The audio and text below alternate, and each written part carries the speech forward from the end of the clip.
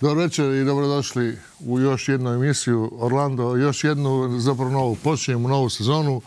7. sezona emisije Orlando, sportskog talk showa. 7. sezona, 225. emisija. Sve više manje isto kad smo se rastali tamo negdje u krajem siječnja prije Europskog prvenstva u nogometu u Poljskoj i Ukrajini i olimpijskih igara. Sve isto, stoli isti, stolice. I gosti čak i već bio tu negdje u siječnju, ali nešto nije isto. Večeras na stolu imamo zlatnu olimpijsku medalju Samira Baraća. Dobro večer, Samire. Dobro večer. Samire, izvolite zlatna olimpijska medalja. Sezonu počinjemo olimpijskim zlatom, Samirom Baraćem.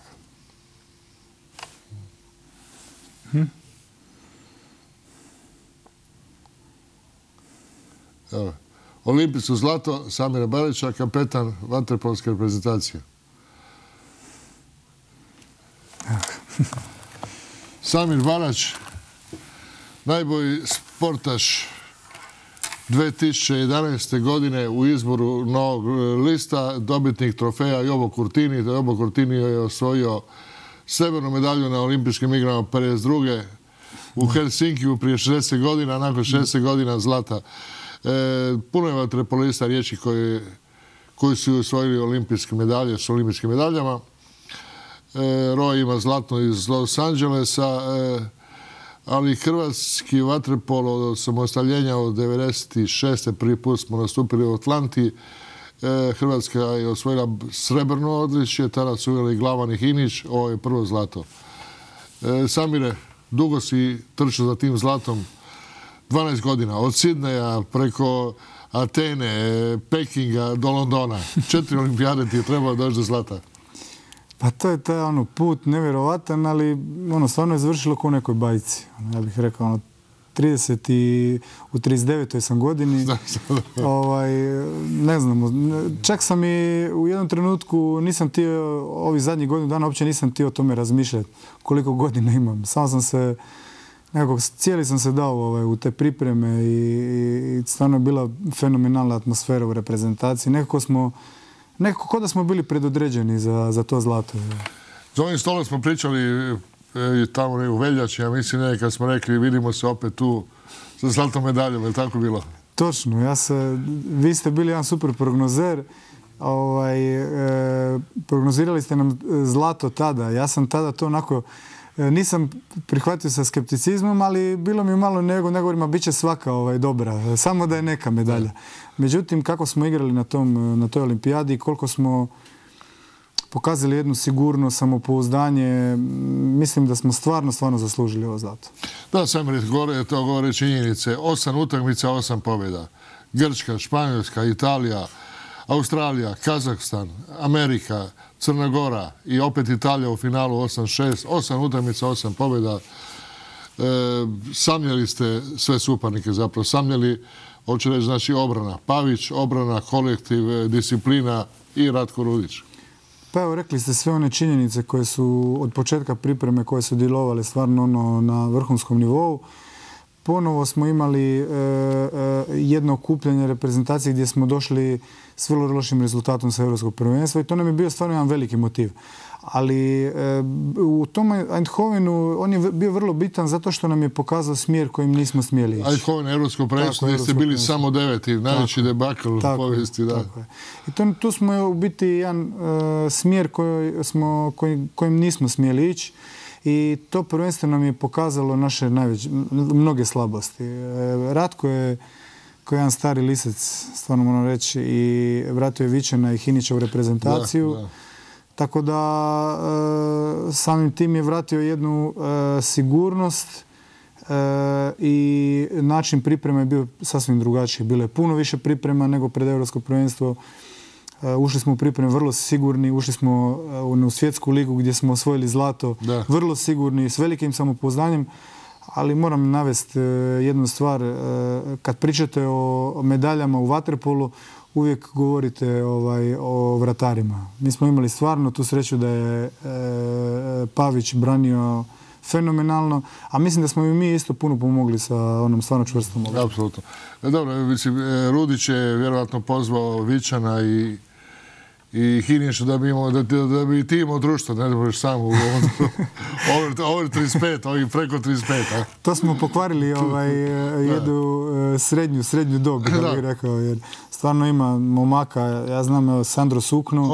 On se rodio kad si već Jugoligu igrao. Ja sam igrao već 3 godine skoro ligu, da. Tako da ima stvari koji se stvarno smiješno podudaraju, ali mislim da je to draži bit ove reprezentacije, da poklopilo se jedno veliko iskustvo, poklopilo se znanje, ali prije svega Ratko koji je uspio ponovno stvoriti jednu pravu atmosferu, a samim time i dovođenje novog kondicionog trenera Pero Kuterovca koji je obavio jedan veliki dio posla. To su mučitelji, niko ne voli te mučitelje, ali... Inače, mi nismo u dobro s njima, međutim, Pero Kuterovac je napravio, moram reći stvarno da je vrhunski stručnjak i što je najbitnije od svega, u toj jednoj grupi ljudi u kojoj je on bio, napravio odličnu komunikaciju. Ima je odličnu komunikaciju s Ratkom, tako da je stvorio jedan autoritet s kojeg smo mi ispoštovali i radilo se vrhunski. Da kažemo da ćemo i večeras nagraditi 2 gledatelja majicama Primorja, lijepim majicama vaterpolo kluba Primorje. Broje su 3 sel, vjerovatno je Roje to je poslao i Radonjić, direktori su to poslali. Uvjerujem da je to za Dejana Dabovića. Dejan Dabović nije tu riješio. Imamo odmah poziva. Izvolite. Molim. Dobar večer. Večer, izvoli. Pozdrav vama i vašem gostu. Vjerovatno bi to onda majica bila za mene. Je. Drago mi je da je emisija krenula, jer će mi prije proći ova zima, jer jedino tu emisiju gledam na televiziji. Hvala ti. Kaži, pitanje. Bi čestito na ovoj medalji, što je ostvario jedan cilj koji je htio i nadam se da će ostvariti još jedan sa trofejom državnog prvaka i zbog Zorana Roja.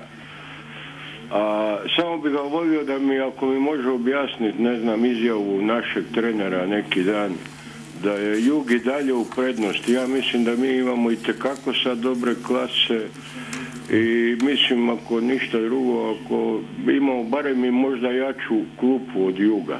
Oni možda imaju prvu postavu. Ime, prezime, samo ponovi. Damir Perhat. Damir Perhat, hvala ti na pozivu i na svemu. Kratko, samo ćemo poslije pristati u Jugu. Da, i sama izjava, možete sigurno u javnosti se pročitaju puno izjava. Jug je izletio sa izjavom, po meni, vrlo hrabro da nikad nisu bili jači. Tako da ja bih njima prepustio to vođenje kroz medije, a da mi svoje pokažemo u bazenu. Imamo posebnu temu o tome, poslije Jugi i ovo tamo, ali da mi izvadimo medalju ovdje, da lijepo gledate medalju. Ovo je 7. medalja sa svjetskih, europskih i olimpijade. Znači, kolekciju si upotpunio, zlato, europsko zlato iz Zagreba, svjetsko zlato iz Melburna, znači 2007, 2010, 2012. Kolekcija je puna, 7. medalja. Tako je. Ova nema cijene. Da, stvarno, ja kao sportaš volio bih objasniti svima koliko je ta medalja nešto posebno na osnovu svih ovih prvenstva. Iza svake medalje stoji jedan trud. Iz svakog rezultata i odlaska na natjecanje stoji jedan veliki trud, jedna muka od treniranja, od svega. Međutim, olimpijska medalja, to je nešto nevjerojatno. Ne mogu je usporediti ni s jednim prvenstvom, ne mogu je usporediti ni s jednom medaljom. To je tako jedan poseban osjećaj da stvarno stojite na Olimpu i uživate koliko god možete i potrošeni jeste, ali jedan cijeli rad na kraju se isplatio. Imao se da, dok si stavio na ovom poslu, si malo bio zbunjen čak, nešto nestvarno se događa. Da, a evo upravo ste dobro objasnili. Jednostavno smo se toliko potrošili oko slavlja i vjerojatno oko te želje, oko te medalje, da jednostavno čovjek ostane prazan. U jednom trenutku ne idu vam ni suze, ne ide vam ni smijeh, sve to nekako dođe kasnije. Ja sam sam sebe uhvatio nakon jedno 10 dana, nakon što su prošle olimpijske igre, gdje sam sam sjedio, sve je prošlo, Gungula je prošla, dočeci i sam sebe sam uhvatio, sam sam ostao kući, djeca su išla u školu, supruga je izašla, sam sebe sam uhvatio da razmišljam o medalji i u biti koliko je truda uloženo, ali htio sam reći jednu stvar, da shvatite u biti da ja imam takav osjećaj nakon te zlatne medalje, da imam osjećaj da sam svaki dan razmišljao. Od kad sam počeo trenirati, da sam svaki dan, nije prošla sekundu da nisam razmišljao. A koliko godina treniraš već? Moram reći da sam dinosaurus. Koliko godina ja sam u ritmu? Da, pravi ritam koji je počeo bio 1986. godine. To je pravi onaj ritam s 2 puta dnevno i tako. I trenirao si malo prije, do 7? Evo sad prije, sad vremena. Imamo poziv, ja. Molim. Halo, dobro večer. Večer, izvolite. Mislim da bi bilo u redu sad od Samira, kad je osvojio olimpijsko zlato, da i sad na kraju ove vaterpolo sezone podigne i pehar za prvaka države. Jer ove godine su se kompletirali i sazreli, tako da bi bilo to dobro da pred kraj karijere ostvari, ja mislim da mu je to još jedna velika želja. Da, odlično. Ime, prezime? Nikola Rodotović. Hvala na pozivu. Imamo još jedan poziv. Halo? Molim, izvolite. Halo, dobro večer. Večer. Orlando, prvo čestitke Samiru na medalji, olimpijskoj medalji. I evo, ja se pridružujem ovim dvama gledatelja. Rekao bi sad za Primorje sad ili nikad. Hoćemo li biti konačno već jednom prvaci? Jer sad smo se kompletirali, sad smo se uigrali, prema tome, mislim, sad više nikakvih opravdanja neće biti ako se trofej ne donese na Kantridu. Jer se sami slaže s menom. Hvala vam lijepo. Hvala. Jesi ime, prezime? Ne, ime, prezime ostavite u režiji samo. Samire, sad ili nikad? Sad ili nikad? Pa slažem se. Za tebe pogotovo sad ili nikad. Da, ja više vremena nemam baš puno. Ne, tebe vrijeme je curilo. Pa, znate što... Reprezentacija oprošta i veličanstven. Da. Ma, znate što, sportaš ima uvijek neki cilj. Uvijek teži ka nekom cilju. Pored svih ovih medalja, normalno meni je ostala ta jedna neispunjena želja. Ja imam prvenstvo Hrvatske sa Splitskom bankom tada, u stvari sa Slobodnom Dalmacijom, to je Pošt. I Europsku ligu, ligu prvaka imaš, da? Ali ostaje ta jedna velika želja, jer kad potegnete iz kluba, kad živite za klub, kad ste vezani za klub, kad je sve vezano, praktički cijelo djetinjstvo uz Rijeku, uz Primorje, onda normalno želite biti zapisani kao prvaci svoje države, nacionalnog prvenstva, kao pobjednici. Ja to stvarno iskreno želim. Ja mislim da ove godine prilika odlična i slažem se s gledateljima. Mi ćemo kao momčad dati sve od sebe što god je moguće. Vraćamo se opet na to. Da kažemo da je Rijeka, Viktorija, znači Primorje, prvak države, tadašnje države, bila 1938. godine. Znači, iduće godine će biti 75 godina. Znači, lijepi jubilej za proslaviti 75 godina od titule. A tada su prvenstvo igrali Viktorija, Jadran Split, Ilirija, Ljubljana, Tristina i Fiumana. Nije baš bilo neko... Bilo je malo manje konkurencije. Sve je strahovita konkurencija. Idemo malo još na olimpijske igre. Otišao je Ratko Rudić, čovjek tvornica medalja, osvojio 64 medalja, od toga 36 medalja kao izbornik, 11 sa Hrvatskom. Došao je Ivica Tucak. Pa što se tiče Ratka, ja mislim da i kroz medije i kroz sve, mislim da je sve rečeno. Ja mogu kao igrač reći da mi je nevjerojatno bila čast i zadovoljstvo prvo surađivati s njim, drugo što sam bio praktički u njegovoj reprezentaciji, što smo osvojili te medalje, ali prije svega ja sam kao sportaš i kao čovjek zadovoljan koliko škole sam pokupio od njega i koliko informacija koje su vrlo bitne i za daljnju karijeru, ne samo u sportu, nego općenito u životu. Tako da čovjek je jedan vrlo smiren, vrlo pedantan gospodin izvan bazena. I ovi rezultati, puno me ljudi pita što je to u biti, koji je to recept. Ratko Rudić je čovjek koji, on automatski svojim rezultatima, kad vi pročitate, on ima autoritet. To je neminovno. Međutim, njega krasi jedno povjerenje koje daje igračima i koje to igrači osjećaju. I to je ta jedna sinergija između igrača i trenera i mislim da je tu najviše izgrađeno njegovih rezultata. Normalno da kod Ratka Rudića morate biti osoba od karaktera, morate izdržati sve pripreme jer to je jedna baza koju on traži. Međutim, vi kad znate da ste, kad prođete tu bazu i kad znate da idete na neko natjecanje, praktički ste već u medalji s njim. Tako da to je ono što njega krasi, ta jedno povjerenje naspram igrača, veliki autoritet, a prije svega normalno i znanje. Da, Ratko Rudić, Ivica Tucak, dobro, to više nije tvoj problem. Da. Mislim, problem svih nas, ali nije... Pa Ivica Tucak je sigurno jedan po rezultatima i što je, koliko ga ja gledam. Ja nisam nikad surađivao s njim. Međutim, kroz mlade kategorije, dok je trenirao mladu reprezentaciju, on je nešto kratko bio pomoćni trener sa Ratkom. Definitivno veliko znanje vaterpolo, bio je odličan igrač u Šibeniku. Postavio se kao autoritativan trener, ali sa vrlo stručnim znanjem oko fizičkih priprema, gdje on vodi jako računa o tome. I što je kod njega najvažnije, što sam ga ja uspio ispratiti, svih 13 igrača koji igraju, oni igraju. Oni su iskorišteni maksimalno.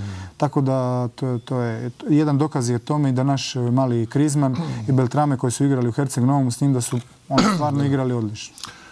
Prvi nastup Ivice Tucaka je protiv Crne Gore 31.10. mislim, tako? Da, Svjetska liga. Svjetska liga, prvu Svjetske lige. I onda imamo ove godine Barcelona svjetsko prvenstvo, ne? To je kruna. To je u 6. mjesecu. Da, to je, pa kao u javnosti je već reprezentacija sigurno neće biti ista. Da, Bošković otišao, tebe nema više. Da, ja mislim da Igor Hinić i ja smo, prostili smo od reprezentacije. Bošković je uzeo jednu pauzu jer je strahovito je naporno, zasićenje je ogromno. Tako da reprezentacija neće biti ista. Međutim, ja smatram da sama ta podloga koja je došla sad sa Olimpijade može stvoriti jedan kostur reprezentacije koji može trajati jako dugo i mislim da će oni sigurno oboriti sve rekorde što se tiče osvajanja medalja. Lijepo. Lijepa prognoza. Imam poziv. Molim. Dobro večer. Večer. Lijep pozdrav vama, Orlando, i gospodinu Samiru. Meni i sve čestitke na svim dosadašnjim trofejima koje je gospodin Barać osvojio. A uključio sam se u emisiju iz razloga da malo poručim nogometašima Rijeke nek dođu na koju utakmicu vaterpolista i nek vide šta je profesionalizam. Ja sam bio čestan gost na bazenu, bio sam na utakmici protiv Šibenika, onakvu igru kako su oni prikazali sad u subotu, to mogu samo vrhunski i sportaši, vrhunski igrači i vrhunski profesionalci.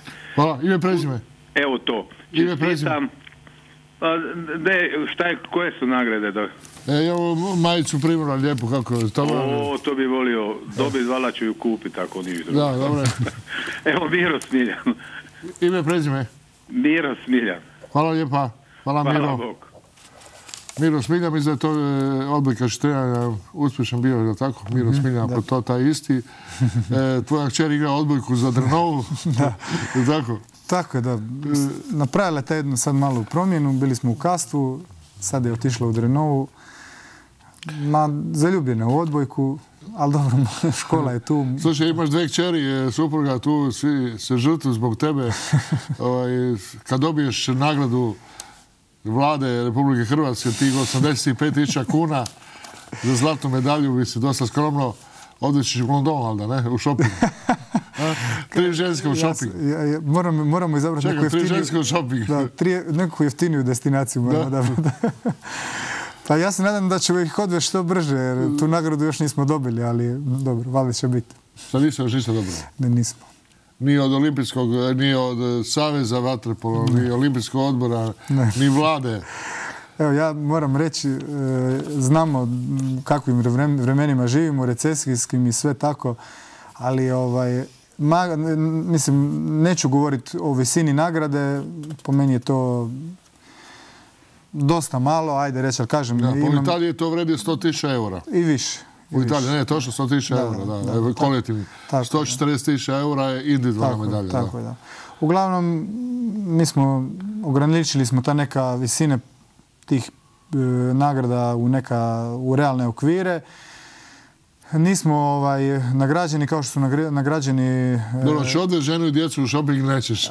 Kad dobijem ću odvesti, ali najvjerovatnije u ZTC najbliže. Makar do Palma Nove, da se mogu picu pojesti na miru. Gdje smo stali kod love, a? Da, bolje da se odmahnemo te teme. Da, htio sam pitati, je li Predrag Sloboda, predsjednik Primorja i Saveza, je on šta... Je se borio za premiju? Ma definitivno, Predrag je naslijedio, nažalost, ja govorim naslijedio, neke stvari kad je došao kao predsjednik, to su bili stvarno veliki dugovi i sve, i on je to izravnao zajedno sa ostalim članovima Vaterpolo saveza. Međutim, Vaterpolo savez je jedna ogromna mašinerija koja zahtijeva jako puno novca.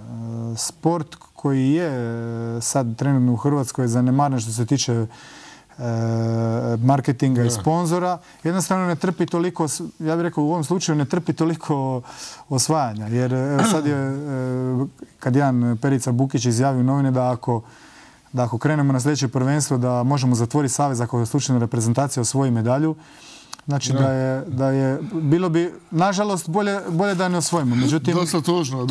Tužno, da, ali mi se sportaši ne slažemo s time. I mi uvijek računamo neku premiju, jer sami s time što želimo medalju. Sjećaš se 2010. kad je Jadranka Kosor, premijerka tadašnja, rekla da se ponosi s vama, a ti si odgovorio, ja se nadam ćemo se mi s vama ponositi. Tako je, da. Ali sve ostalo isto. Milanović, novi premijer Zoran Milanović u Londonu je obećao, ministar sporta Željko Jovanović isto, puna usta obećanja. Pa ovako, ja se iskreno nadam i kao sportaš normalno i kao, evo sad već bivši reprezentativac, obećanja smo dobili, stvarno i konkretno obećanja smo dobili i sada i od ove vlade zajedno na čelu sa Milanovićem i gospodin Jovanović koji je napravio stvarno velike stvari za sport. Dobili smo jedno obećanje gdje nam je obećana ta naknada i ja bih volio reći da to nema veze sa takozvanom penzijom, zato što to ne izlazi iz mirovinskog fonda. Jednostavno... Nagrada za izvrsnost. Tako je. Ali još uvijek nije ušla u proceduru vlade. Je ušla u proceduru. Je. I međutim od silnih zakona koje mi imamo jednostavno čekamo na red da se izglasa. Samir, htio sam pitati, da je gledatelj dobro rekao, Rijeka katastrofalno izgubio treći ligaša Nedelišća u kupu u otočnoj žuta, mi nakon toga Vinkovac. Dobro, pustimo Vinkovce, Nedelišće, to me zanima. Vi protiv Šibenika, koji nije vaša kategorija, igrate ozbiljno 25-4, ili tako dobijete utakmicu. U vaterpolu se ne može dogoditi da jedan treći ligaš dobije prvoligaša. Mislim, to su različiti sportovi. U vaterpolu, u rukometu i košarci treći ligaš ne može dobiti prvoligaša, ili tako? Ja moram, mislim, ne bi volio sad puno filozofirati, ali ogromna je razlika u sportu. Tako da možemo se malo govoriti o nekom profesionalizmu, ali o sličnosti sporta uopće ne možemo. Kod nas čak i onaj koji je zadnji u lizi ne može uopće blizu onome koji je prvi, na primjer Jugu, sad trenutno Primorju. Tako da malo je teško uspoređivati taj stvari, ali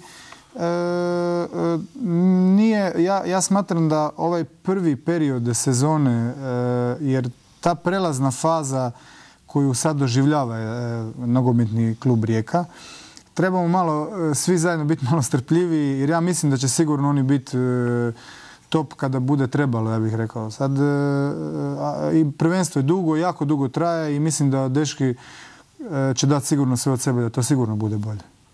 Dobro. Mislim, vidim, našao sam ti novo radno mjesto.